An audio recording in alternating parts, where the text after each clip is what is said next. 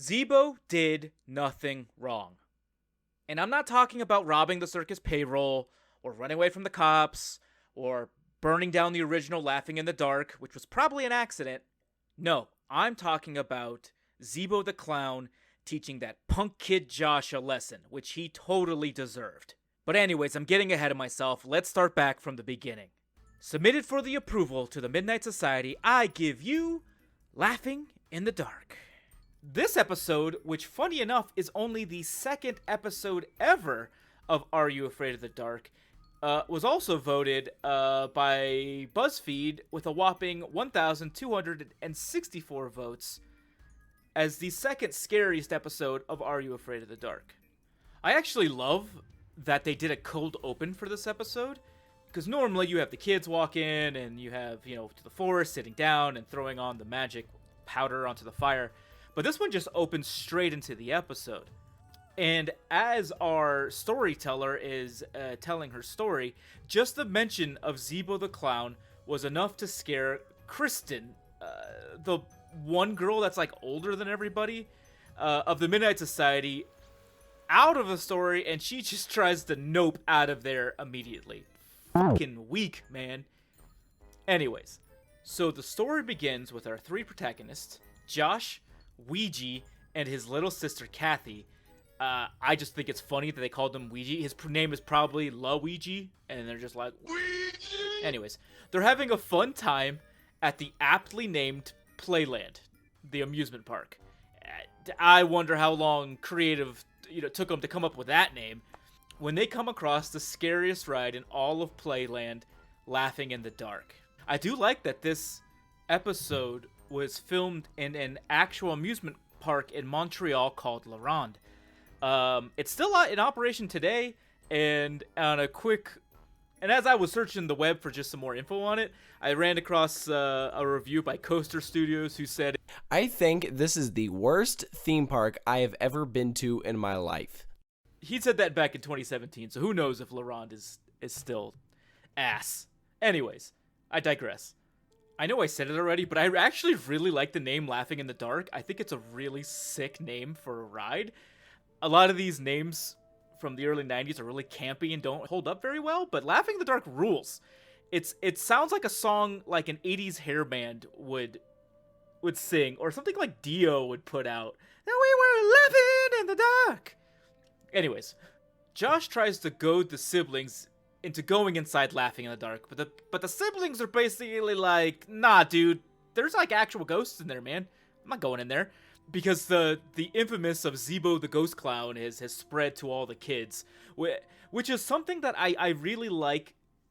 Digress here, side point. You see, back in my day, hey everybody, an old man's talking. All us kids used to get together and try to scare each other with, local ghost stories or rumors or whatever we've heard.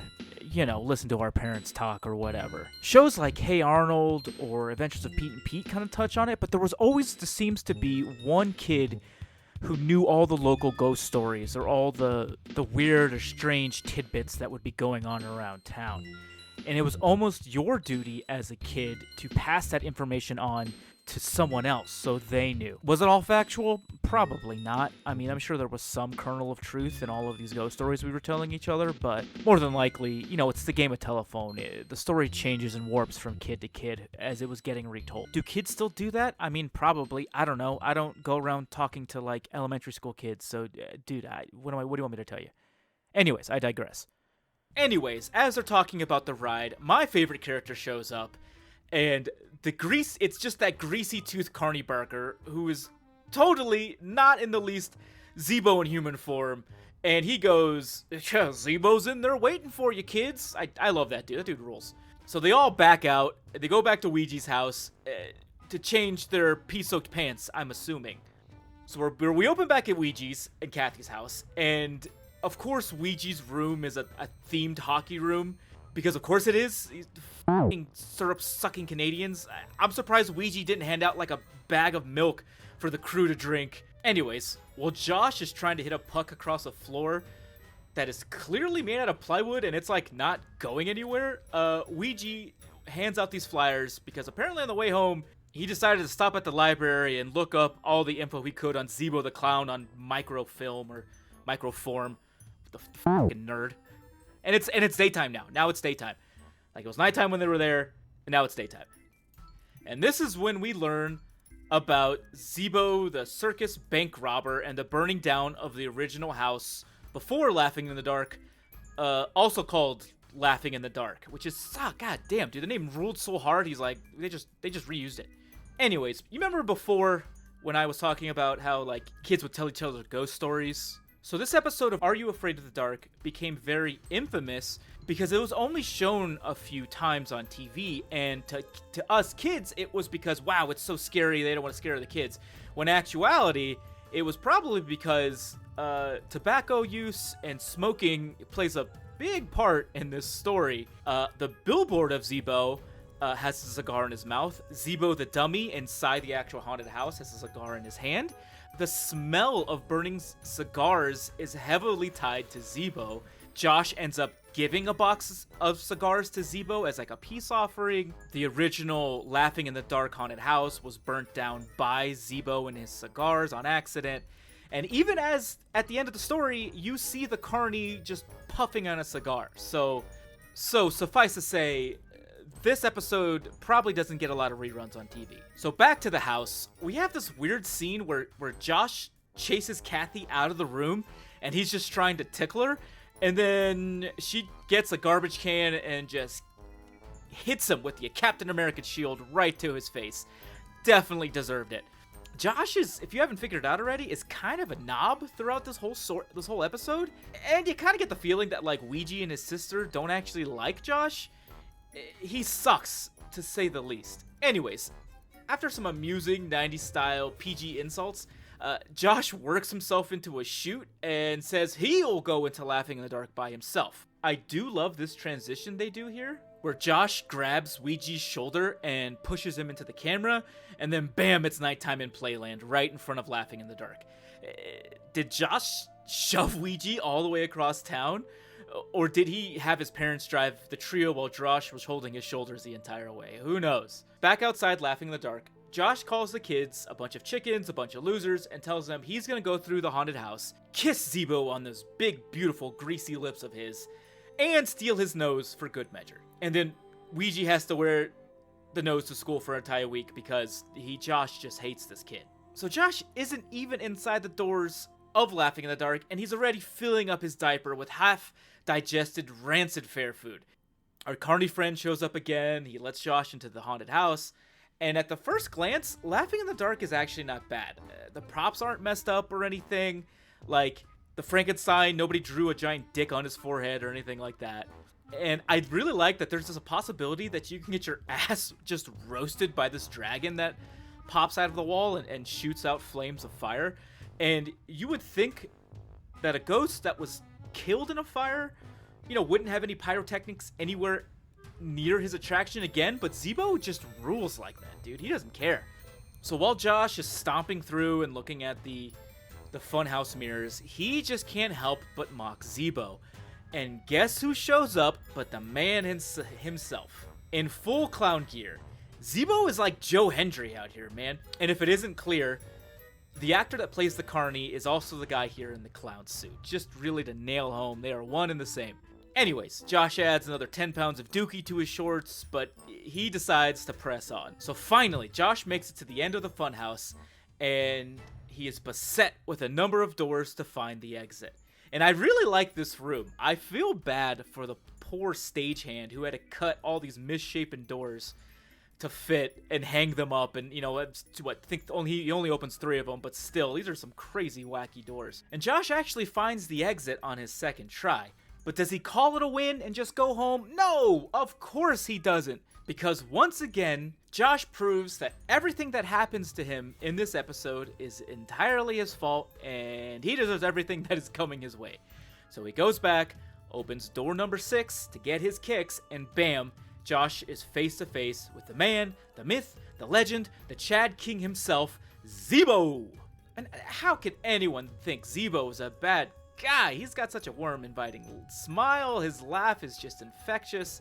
That dude rules, man. I'm a sucker for clowns. I do have to admit that. clowns and clown girls. You know, I love me some clownussy. So Josh rips off the nose of Zebo, mocks him in the process, and then runs home with a trail of piss coming down his shorts. And it's at this point, like, even the kids of the Midnight Society are like, yeah, dude, Josh sucks. They had to just cut out just to say that. So anyways, back to the story. And Josh is gloating over the siblings and just being a real ass. He's taunting Ouija, and even his little sister Kathy is like, dude, that Josh guy is not great. He sucks. Calls him a snot. But I like this scene for two reasons. One, it once again ties Zebo to the smell of cigars. And two, Zebo could have just gotten his nose back right here and been done with it. But that's not what he wants. Zebo wants to break Josh and have Josh give the nose back to admit he's sorry.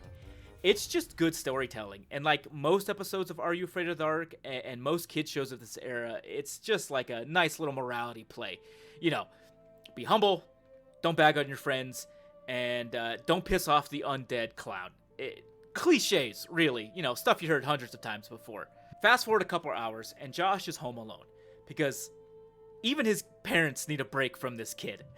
They put his spaghetti in the freezer. Like, who the hell does that? His parents actually hate him. And chocolate pudding for dessert. This kid is going to be blowing chunks from his butt like clowns pull out handkerchiefs from their mouth. Anyway, this is where a lot of the Zebo shenanigans really get kicked into high gear. Josh gets spooked by the sound of basically everything in his house, and he just drops the chocolate pudding, and the fucking kid just leaves it there. Like, what a dick. He goes into the closet to investigate that sound he heard, but look at that flower motif on the door. Mwah. That's just, peak 90s design, baby. I love it. So while he's shitting his pants, Ouija calls up Josh and he apologizes to him. Ouija apologizes to Josh. And here we finally see a little bit of humility from Josh. But of course that's short-lived, and Josh still decides just to be a dork to his friends. And as Josh is walking back to the kitchen to get his food, he gets another phone call, but of course, it's from the man himself, Zebo, and he's demanding Josh give his nose back. Give it back. Give it back. No. Ooh, listen to those sultry baritones. Zebo could absolutely moonlight as a sex phone operator. This, of course, bugs Josh out, and he tries to rationalize it as he sets the table for himself, and he's just pulling out mountains and mountains of forks and knives. Like, how many sets of silverware does this family need? I'm pretty sure Josh is an only child. God. But I do absolutely love this next sequence of events. Josh opens his food to find it's full of crazy purple knockout gas, and just like turds of cigars just ground into his mama's bland-ass spaghettis. And as Josh is running upstairs, you see the big-ass clown-shaped shoe that Zebo just ground into the chocolate pudding on the floor. And just to top it off, as Josh is hiding in his room, pissing a hole in the seat of his dungaroos, Zebo blows up a balloon with the words, "Give it back," and it goes up underneath Josh's door, and it just pops in front of him. Somebody on the Are You Afraid of the Dark team was definitely watching Stephen King's It. It's great. Josh finally decides enough is enough, and he hightails it back to Playland. Run-throughs the now silent, laughing in the dark. And I like how like the Frankenstein dummy is just in the back smirking at Josh, like, yeah, gotcha, bitch. And he finally makes it back to Zebo's room, where Josh hands back the nose along with a box of cigars as a peace offering. And like, where the fuck did Josh get those things anyway? Did he swipe them from his dad? Won't he notice that they're missing? Like, imagine you come home and your unopened box of cigars, and there's like 20 of them in there, is just gone.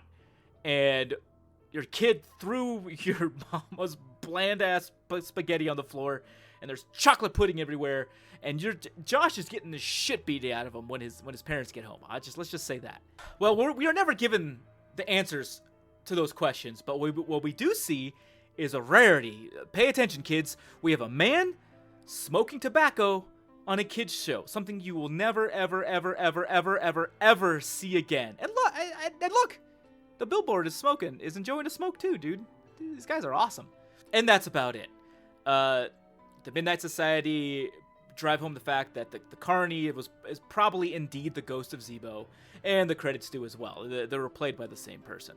I really like this episode of Are You Afraid of the Dark for a number of reasons. It has this sense of dread throughout the entirety of the tale, and it feels very much like this could have been on an episode of Tales from the Crypt, with the poltergeist clown and cigars playing a permanent role throughout the episode. Though, if this was an episode of Tales from the Crypt, Josh would have been killed and then made into one of the ghost's puppets at Laughing in the Dark. And I think this episode very much still holds up as being scary to this day.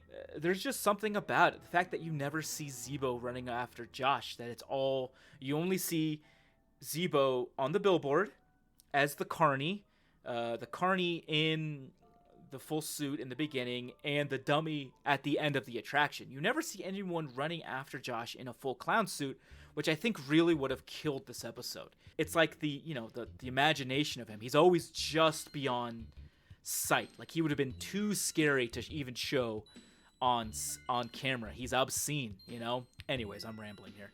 So what do you guys think? Is Zebo the clown actually scary? Or what other episodes should I cover? Or what other media should I cover in the spooky, weird genre? Drop a comment, tell me what you think. Tell me if you like the episode. Tell me if you fucking hate me. Yeah, it's about it for what I got for today. I still stream, by the way. I know I said that last time, and I'm going to say it every time. But you should know that. Yeah. Okay, I'm out of here. Catch you later, guys. Bye.